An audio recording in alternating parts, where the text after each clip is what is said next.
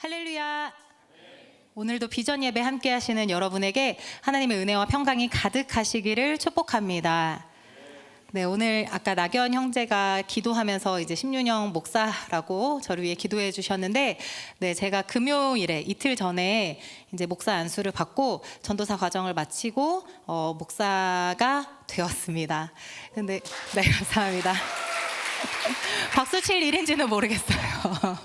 네, 근데 그 목사 안수를 받기 전에 그런 시간이 있었어요. 어떤 목사가 되고 싶은지 한마디로 정의해보는, 나는 이런 목사입니다, 이렇게 써보는 시간이 있었는데 한 번도 그런 생각을 해본 적이 없다가 막상 쓰려고 하니까 굉장히 이 시간이 필요했던 시간이다, 이런 생각이 들더라고요. 근데 저는 여러분처럼 이제 신학하기 전에 청년이었을 때도 그렇고, 또 이제 선교사의 비전을 품고서 내가 선교 나가면 이런 선교사가 돼야지 했을 때도 그렇고, 이제 목사 안수를 받으면서도 그렇고, 늘 내가 되고 싶은 사람은 삶으로 말하는 사람이에요. 나는 삶으로 말하는 목사입니다, 이렇게 썼는데요.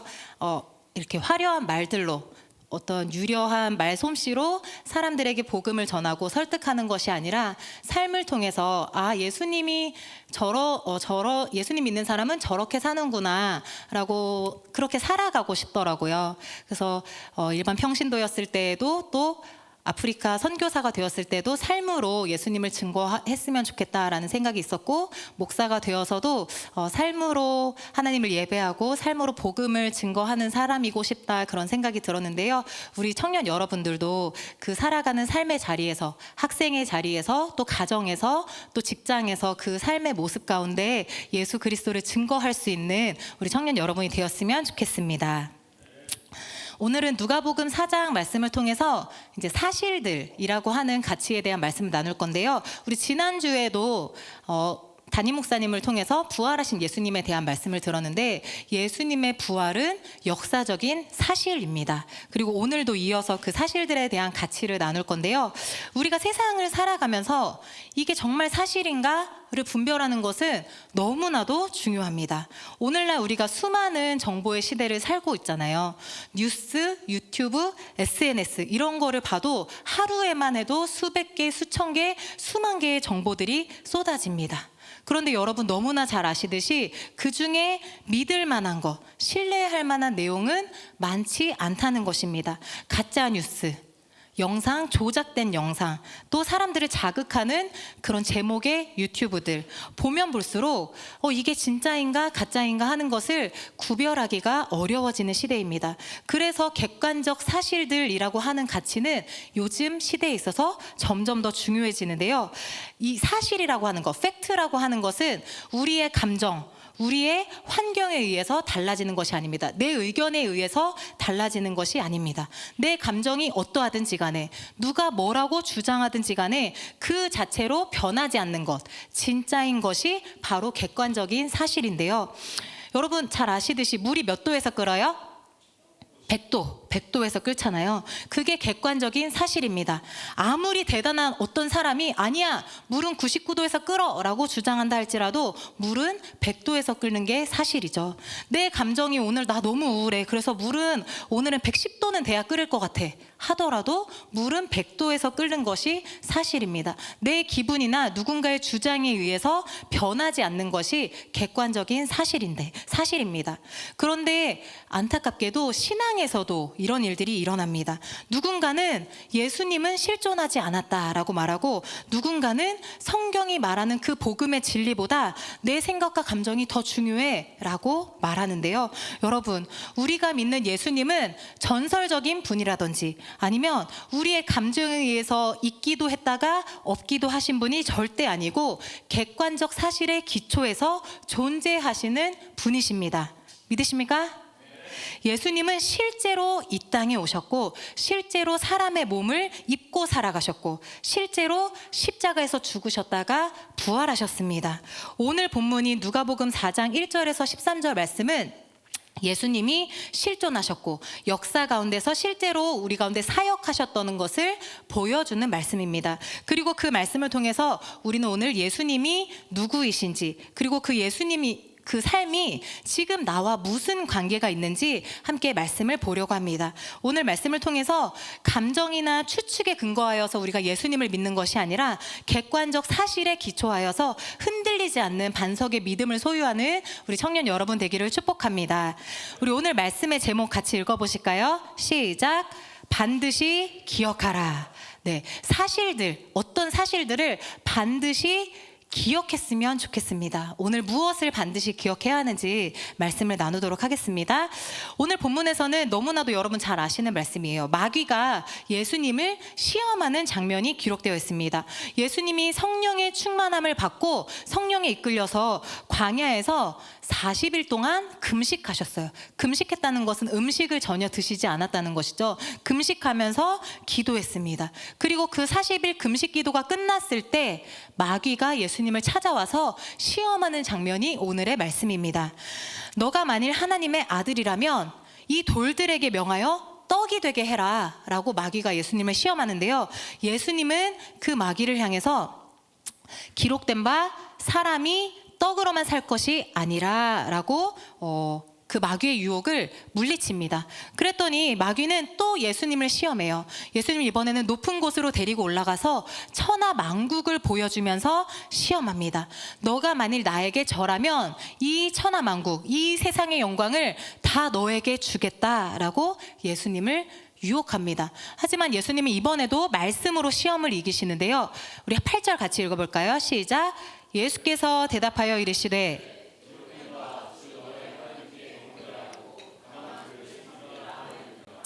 예수님은 이번에도 말씀으로 마귀의 유혹을 이기십니다. 나는 너에게 절할 수 없어. 주 너의 하나님만 경배하라고 말씀하셨기 때문에 라고 물리치죠. 마귀가 이제 마지막으로 세 번째로 다시 한 번 더 예수님을 유혹하는데 이번에는 성전 꼭대기에 데리고 올라가서 여기서 뛰어내려 봐라. 그러면 너를 지키시는 하나님이 천사들을 보내셔서 너를 지켜주시지 않겠냐라고 유혹합니다. 마귀는 이번에는 정말 대단하게도 기록된 말씀을 통해서 예수님을 시험하는데요. 성경에 분명히 써 있어. 너가 뛰어내리면 천사들이 너를 보호할 거라고 써 있어. 그러니까 뛰어내려 봐라고 시험하는데 예수님이 이번에도 말씀으로 시험을 이기십니다. 네. 예수님은 주 너의 하나님을 시험하지 말라 하였느니라 라는 말씀으로 그 마귀의 유혹을 이기셨습니다. 이게 오늘 본문의 말씀인데 오늘 이 말씀을 통해서 우리가 반드시 기억해야 할 것을 우리에게 말씀해 주고 계세요. 그것을 함께 보겠습니다. 우리 첫 번째 같이 읽겠습니다. 시작. 성육신 하신 예수님. 여러분 혹시 성육신이라는 말 들어보셨나요? 오늘 본문은 예수님이 단지 시험을 말씀으로 이기신 대단한 분이야, 예수님의 능력 있는 분이야 라는 것을 보여주는 그런 단순한 말씀이 아니라 하나님이 사람으로 오셨다라고 하는 성육신의 진리를 보여줍니다. 성육신이라는 것은 하나님이 육신이 되었다라는 뜻이에요. 하나님의 아들이기 때문에 원래 하나님이신 예수님께서 사람의 몸을 입고 이 땅에 오셨다라는 것을 성육신이라고 하는데요. 예수님께서는 성육신하셔서 우리 가운데 오셨습니다. 사람의 몸으로 우리 가운데 오신 것이 객관적인 사실입니다. 오늘 말씀에서 예수님이 마귀의 시험을 받으시잖아요. 왜 예수님이 신이신 예수님이 마귀의 유혹을 받으셨습니까? 왜 굶주림을 경험하셨고 마귀의 유혹을 직접 대면해야 했을까요? 그 이유는 분명합니다. 예수님이 사람의 몸으로 오셨기 때문입니다. 예수님은 하나님의 아들이시지만 이 땅에 오실 때 완전한 인간의 모습으로 오셨습니다. 처녀 마리아의 뱃속에서 저와 여러분이 엄마 뱃속에서 태어난 것처럼 예수님도 여자의 몸에서 사람으로 태어나셨습니다. 그래서 예수님은 사람이기 때문에 피곤함도 느끼시고 배고픔도 느끼시고 때로는 슬픔도 느끼시고 마귀의 유혹을 받을 수 있는 그런 몸으로 오셨던 것입니다. 오늘 2절 말씀에 보면 우리 같이 읽어볼게요. 시작. 마귀에게 시험을 받으시더라. 이 모든 날에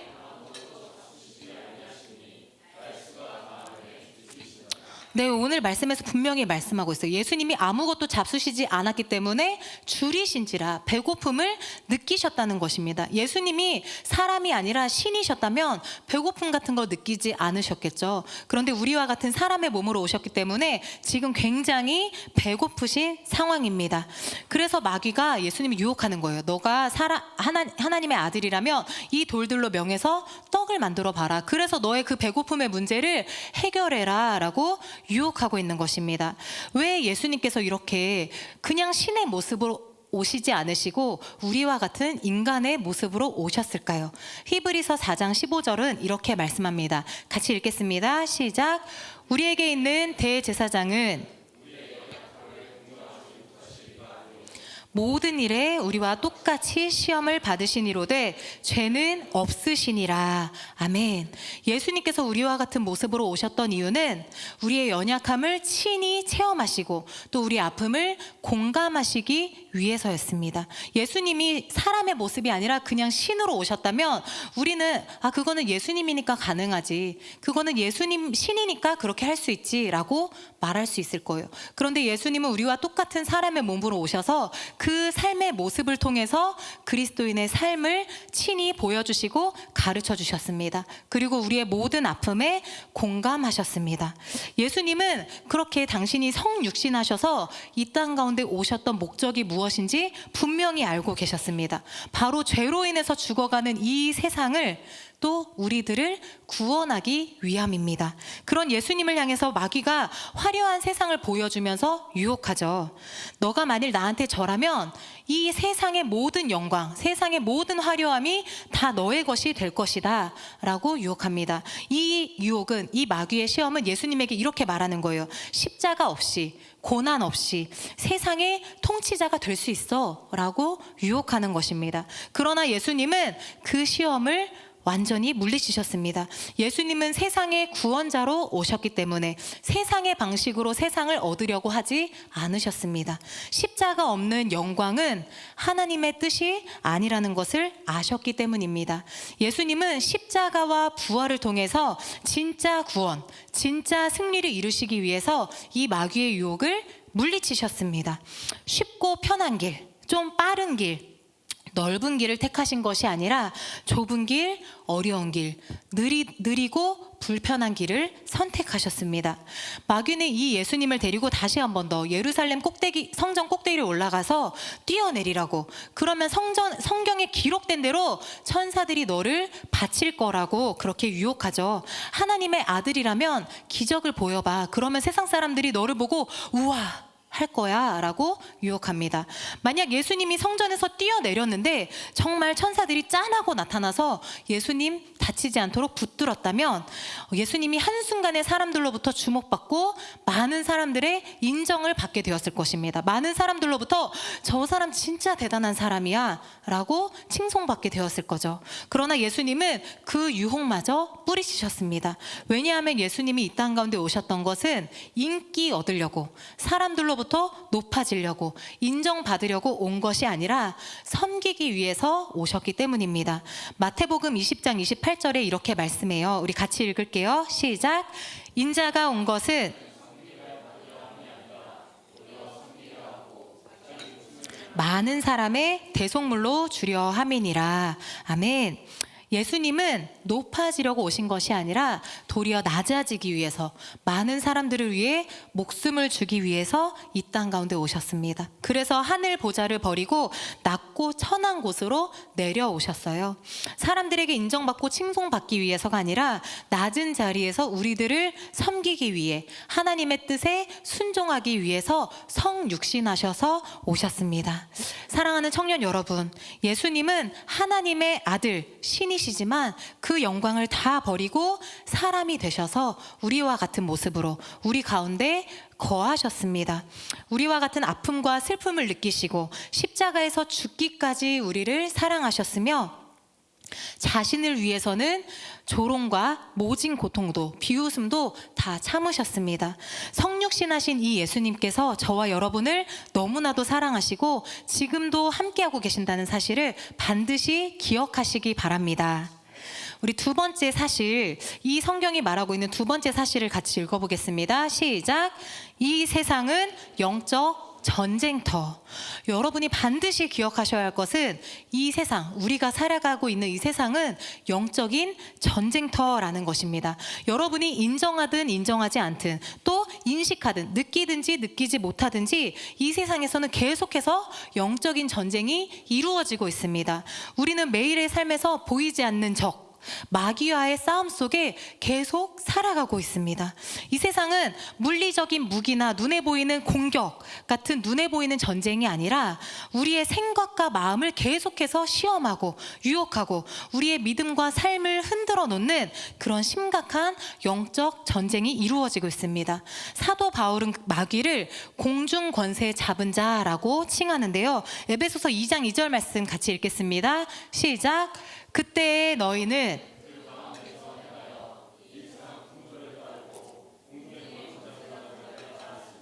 곧 지금 불순종의 아들들 가운데서 역사하는 영이라. 여기 보면 공중 권세 잡은 자라는 표현인데 이게 바로 마귀를 뜻하는 거예요. 그때, 그러니까 우리가 예수님을 믿기 전에는 그 공중 권세 잡은 자를 따르고 살았다는 것입니다. 그럼 반대로 이제 우리가 예수님을 믿고 난 후에는 공중 권세 잡은 자를 따라야겠습니까? 아닙니다. 우리는 오직 하나님의 말씀만 따라서 살아야 합니다. 그런데 이 공중권세 잡은 마귀는 지금도 세상의 문화를 통해서, 세상의 풍조를 통해서 우리를 공격합니다. 여기서 말하는 공중이라는 것은 물리적인 하늘을 뜻하는 것이 아니라 이 세상과 인간 사이에 미치는 그 영역을 의미합니다.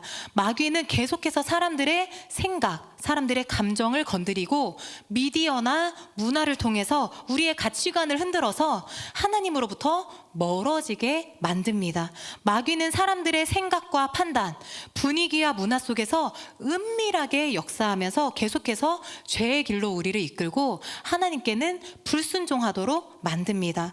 오늘 본문을 보면 예수님조차도 마귀의 시험을 받았던 것을 기억하시기 바랍니다. 예수님의 그 배고픔을 이용해서 돌로 떡을 만들어라 라고 미혹하고 세상의 영광을 보여주면서 자신에게 절하면 이걸 다 줄게 라고 유혹하고 성전 꼭대기에서 뛰어내려서 사람들로부터 칭송받으라고 유혹합니다. 이 시험들이 단순한 것 같지만 무서운 것은 하나님과의 관계를 의심하게 만드는 거예요. 하나님의 뜻이 맞는가? 라고 우리의 신뢰를 흔들어 넣는 그런 공격입니다. 마귀는 막 눈에 보이는 공격, 단순한 겁을 주거나 극단적인 방법으로 우리를 유혹하는 것이 아니라 교묘하고 은밀하게 우리의 신앙을 계속해서 의심하게 만듭니다.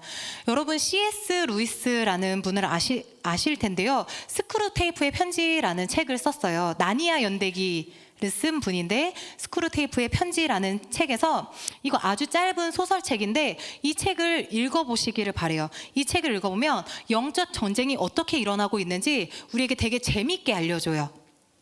이 책에서는 악마, 그러니까 마귀의 이 악마들의 대장인 마귀가 등장하는데 그 이름이 스크루테이프거든요. 이 악마 대장인 스크루테이프가 자신의 조카 악마인 워무드에게 편지를 쓰는 거예요. 뭐라고 쓰냐면 어떻게 하면 저 인간을 넘어뜨릴 수 있는지, 어떻게 하면 저 인간이 하나님으로부터 멀어지게 할 수 있는지 그 전략들을 계속 소개하고 있는 편지가 바로 이 책의 내용입니다.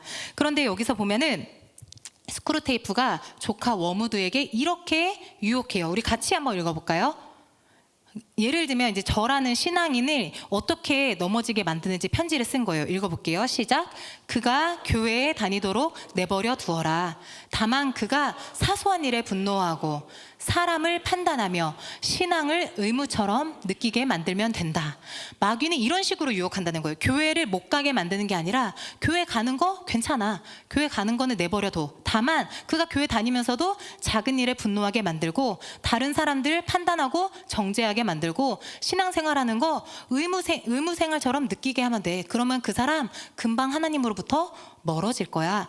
마귀는 이런 식으로 우리를 미혹한다는 것입니다. 본질에 집중하는 것을 못하게 하고 신앙을 습관으로 만들게 하고, 영적 전쟁에 대해서 이거 아무렇지 않아, 영적 전쟁에 대해서 무감각하게 만들어버리는 것, 그것이 마귀의 전략입니다. 마귀는 우리를 유혹할 때 어떤 무서운 형상으로 나타나는 것이 아니라 아주 교묘한 생각, 교묘한 감정, 문화를 통해서 우리를 틈타고 있다는 것입니다. 그래서 우리에게 별 문제 없겠지, 다들 이 정도는 해, 하나님은 너무 멀리 계셔 라고 이런 생각들을 심어주면서 천천히 우리의 신앙을 무너지게 만듭니다. 베드로전서 5장 8절은 분명히 말씀하고 있어요. 같이 읽을게요. 시작. 근신하라, 깨어라. 너희 대적 마귀가 우는 사자같이 두루 찾으며 찾나니. 지금도 마귀는 쉬지 않고 우는 사자같이 다니면서 누구를 넘어뜨릴지, 누구를 삼킬지 찾고 있다라고 하는 무서운 말씀입니다. 마귀는 우리가 잠시 방심하는 틈을 파고들어서 마음을 흔들고 우리의 믿음을 무너뜨리고 하나님으로부터 멀어지게 만듭니다. 이 세상은 이 마귀가 역사하고 있는 영적 전쟁터라는 것을 반드시 기억하시기 바랍니다. 사랑하는 청년 여러분, 마귀는 공중 권세 잡은 자로서 우리의 마음을 조작하고 우리의 환경을 움직여서 하나님으로부터 어떻게 하면 멀어지게 할까, 그 생각만 하고 있어요. 하지만 예수님께서 이미 우리 가운데 승리하셨습니다. 우리가 두려워할 필요가 없습니다. 요한복음 16장 33절에서 세상에서는 너희가 환난을 당하나 담대하라, 내가 세상을 이기었노라 라고 분명히 예수님께서 말씀하셨습니다. 예수님께서 이미 세상을 이기셨고 우리와 함께하고 계십니다. 이 세상이 영적 전쟁터라는 것을 반드시 기억하시면서 우리 승리하신 예수님과 함께 날마다 승리하며 살아가는 우리 청년 여러분들 되기를 축복합니다. 우리 마지막 세 번째 같이 읽겠습니다. 시작. 승리의 무기는 말씀. 승리의 무기가 뭐라고요? 말씀입니다. 두 번째 대지에서 이 세상이 영적 전쟁터라고 했잖아요. 그 말은 무슨 말이냐면 우리가 그 전쟁터 속에 지금 살아가고 있다는 거예요. 여러분, 전쟁터 속에 살아가고 있을 때 우리가 군인이잖아요. 군인이 전쟁에 나갈 때 맨몸으로 나갑니까? 그랬다가는 첫 번째로 죽겠죠. 군인이 전쟁터에 나갈 때에는 완전히 무장하고 중무장을 하고 나가야지 살까 말까 합니다. 그래서 성경은 우리에게 영적 전쟁을 임하는 우리에게 하나님의 전신갑주를 입으라 라고 말씀합니다. 에베소서 6장 11절 말씀 같이 읽을게요. 시작.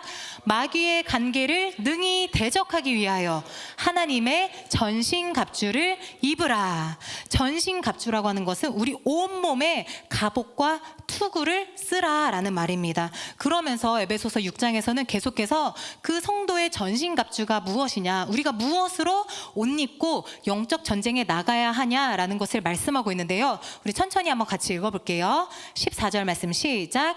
그런즉 서서 진리로 너희 허리띠를 띠고 의의 호심경을 붙이고 평안의 복음이 준비한 것으로 신을 신고 모든 것 위에 믿음의 방패를 가지고 이로써 능히 악한 자의 모든 불화살을 소멸하고 구원의 투구와 성령의 검 곧 하나님의 말씀을 가지라. 아멘. 여기서 우리가 입어야 할 전신갑주가 무엇인지 말하고 있는데 먼저는 진리로 허리띠를 차라 라고 말씀합니다. 그리고 의의 호심경, 우리 가슴을 막는 것, 의로 호심경을 입어라. 그리고 평안의 복음의 신을 신어라, 신발을 신어라. 그리고 믿음의 방패를 들고 나아가라. 그리고 머리를 보호하는 구원의 투구를 써라 라고 말씀합니다. 그런데 이 모든 것들은 다 우리의 방어 무기예요.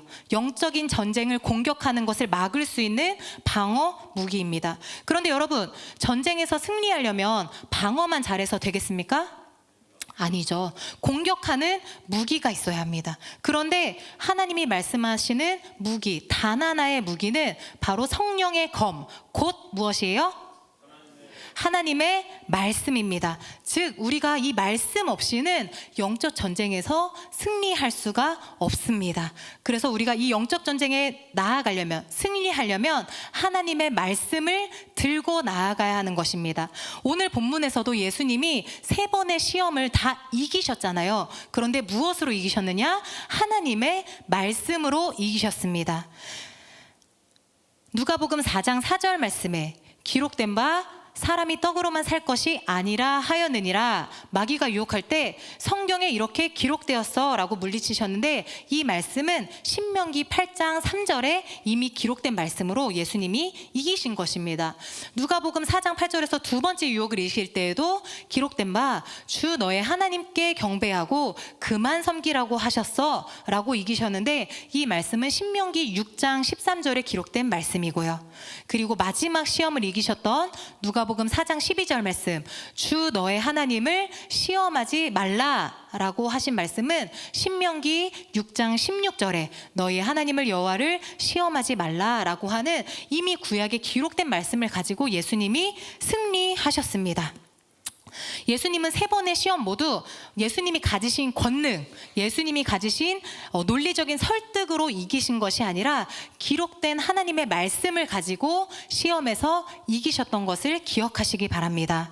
그런데 여러분, 우리가 이 말씀을 들고 승리한다고 하는데 이 말씀이 어떤 말씀인지 모른다면 어떻게 예수님처럼 말씀으로 이길 수 있겠습니까? 그래서 날마다 이 말씀을 가까이 하고 묵상하고 읽어야 하는 것입니다. 주일에 한 번 듣는 말씀 가지고는 충분하지 않아요. 히브리서 4장 12절 말씀입니다. 우리 같이 읽겠습니다. 시작. 하나님의 말씀은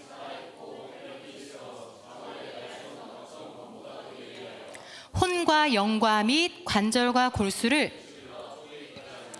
또 마음의 생각과 뜻을 판단하나니. 아멘. 하나님의 말씀은 기록된 그냥 문자가 아니고 과거의 역사 이야기가 아니고 살아있고 활력이 있어서 지금도 읽는 자들에게 우리의 마음에 생명을 주는, 생각과 뜻을 판단하는 말씀입니다. 단순히 우리에게 정보를 주는 책이 아니라 우리의 마음과 생각을 꿰뚫고 변화시키고 거짓과 싸워서 승리하게 하며 하나님의 뜻을 이루게 하는 생명의 말씀입니다. 사랑하는 여러분, 승리의 무기는 다른 것이 아니라 하나님의 말씀입니다. 예수님도 말씀으로 싸우셨습니다.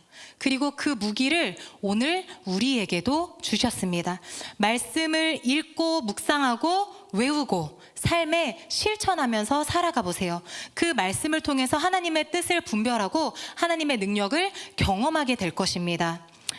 사랑하는 청년 여러분, 이제 말씀을 마치려고 하는데요. 오늘 말씀을 통해서 예수님이 누구이신지 보여주고 있어요. 예수님은 우리와 같은 사람의 모습으로 오셨고, 또 예수님은 세상의 유혹을 이기셨고 십자가의 길을 가셨으며 섬김의 방향을 우리에게 보여주셨습니다. 이제 말씀을 마무리하면서 여러분에게 오늘 이 말씀을 꼭 기억하라고 당부하고 싶습니다.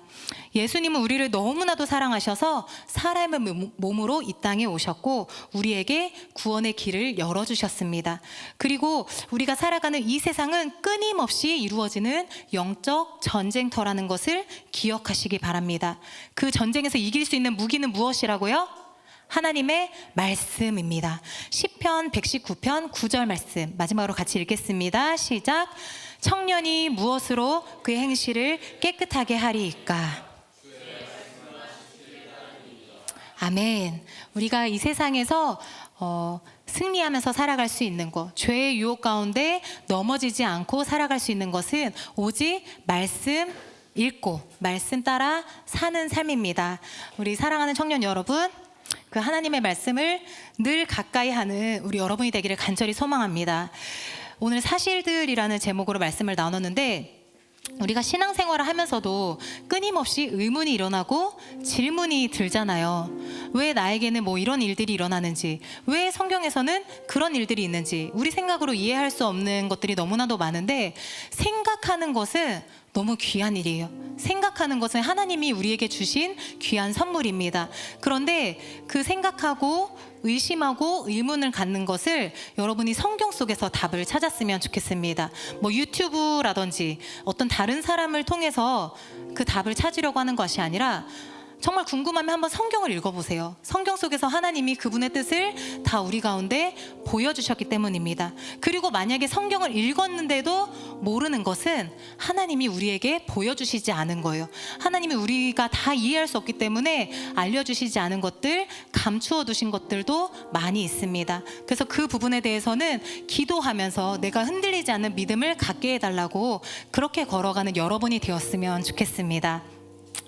제가 이제 말씀을 마치면서 목사 안수를 받고 제가 이틀 후면은 이제 미국으로 가게 돼요. 그래서 여러분에게 말씀을 전하는 것은 오늘이 마지막인데 꼭 당부하고 싶은 것은 말씀을 나눈 것처럼 꼭 하나님의 말씀을 사랑하는 여러분이 되었으면 좋겠고요.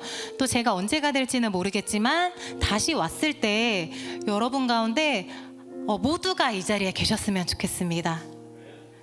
한 영혼도 낙오되지 않고 믿음 안에 서 있는 여러분이었으면 좋겠어요. 제가 왔을 때 그 친구는, 그 청년은 어디 있어? 이렇게 찾지 않도록 꼭 믿음 위에 서 있는 우리 청년 여러분이 되었으면 좋겠습니다. 그리고 처음에 말씀드렸듯이 살아가는 그 삶의 자리에서 삶으로 예수님을 증거하는 우리 비전마을 청년들 되기를 간절히 축복합니다. 우리 시간 같이 찬양하도록 하겠습니다.